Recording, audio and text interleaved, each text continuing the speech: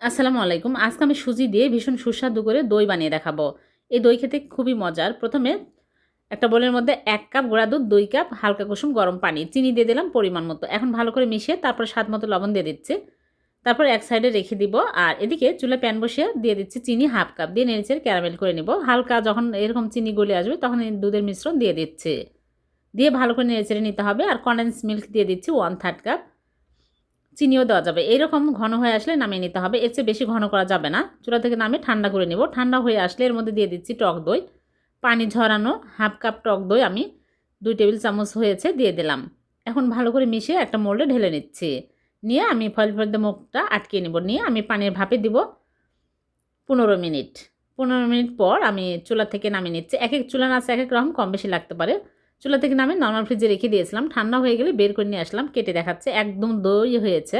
এই দই খেতে কিন্তু ভীষণ টেস্টি হয়। ভালো লাগলে লাইক, কমেন্ট, শেয়ার করে দেবেন। আল্লাহ